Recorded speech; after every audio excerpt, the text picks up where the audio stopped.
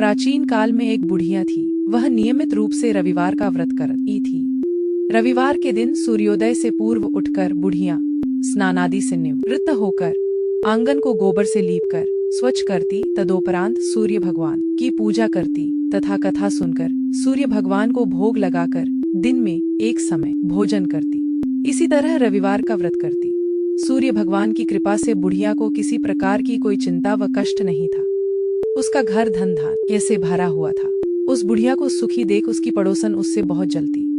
बुढ़िया रोजाना पड़ोसन के आंगन में बंधी गाय का गोबर लाती और अपन घर लीपती। शनिवार के दिन रात को पड़ोसन ने अपनी गाय को घर के भीतर बांध दिया ताकि बुढ़िया अपना घर न लीप सके। रविवार को गोबर न मिलने से बुढ़िया अपना आंगन नहीं लीप सकी। आंगन न लीप पाने के कारण उस बुढ़िया ने सूर्य भगवान को भोग भी नहीं लगाया और उस दिन स्वयं भी भोजन नहीं किया। सूर्यास्त होने पर बुढ़िया भूखी प्यासी सो गई। रात्रि में सूर्य भगवान ने उसे स्वप्न में दर्शन दिए और व्रत न करने तथा उन्हें भोग न लगाने का कारण पूछा। बुढ़िया ने बहुत ही करुण स्वर में पड़ोसन के द्वारा घर के अंदर गाय बांधने और गोबर न मिल पाने की बात बोली। सूर्य भगवान ने अपनी अनन्य भक्त बुढ़िया की परेशानी का कारण जानकर उसके सब दुख दूर करते हुए कहा, हे माता, तुम प्रत्येक रविवार को मेरी पूजा और व्रत करती हो। मैं तुमसे अति प्रसन्न हूँ और तुम्हें ऐसी गाय प्रदान करता हूँ जो तुम्हारे घर आंगन को धन धान्य से भर देगी। तुम्हारी सभी मनोकामनाएं पूरी होगी। स्वप्न में उस बुढ़िया को ऐसा वरदान देकर सूर्य भगवान अंतर्ध्यान हो गए। प्रातःकाल सूर्योदय से पूर्व उस बुढ़िया की आंख खुली तो वह अपने घर के आंगन में सुंदर गाय और बछड़े को देखकर हैरान हो गई। गाय को आंगन में बांधकर उसने जल्दी से उसे चारा लाकर खिलाया।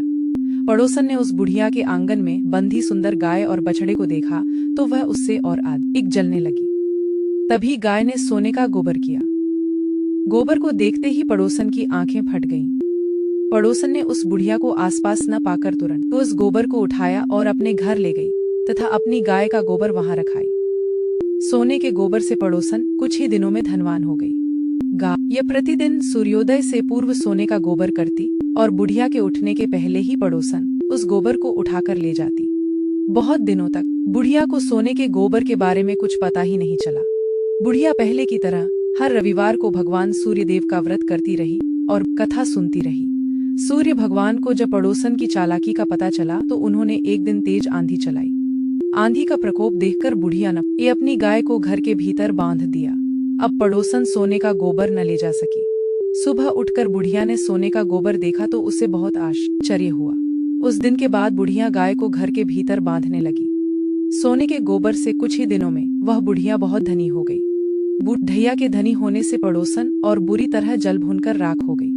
अब की बार उसने अपने पति को नगर के राजा के पास भेजा और बुढ़िया के पास सोने का गोबर देने वाली गाय के बारे में बताया।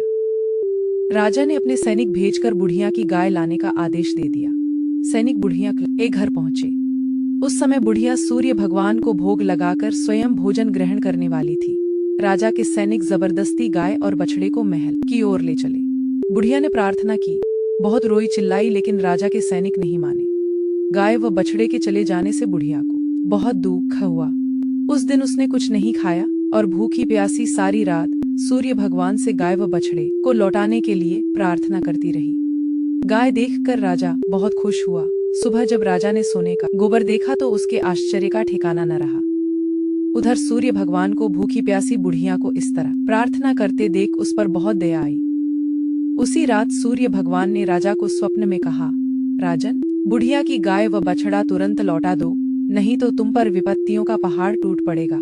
तुम्हारे राज्य में भूकंप आएगा, तुम्हारा महल नष्ट हो जाएगा।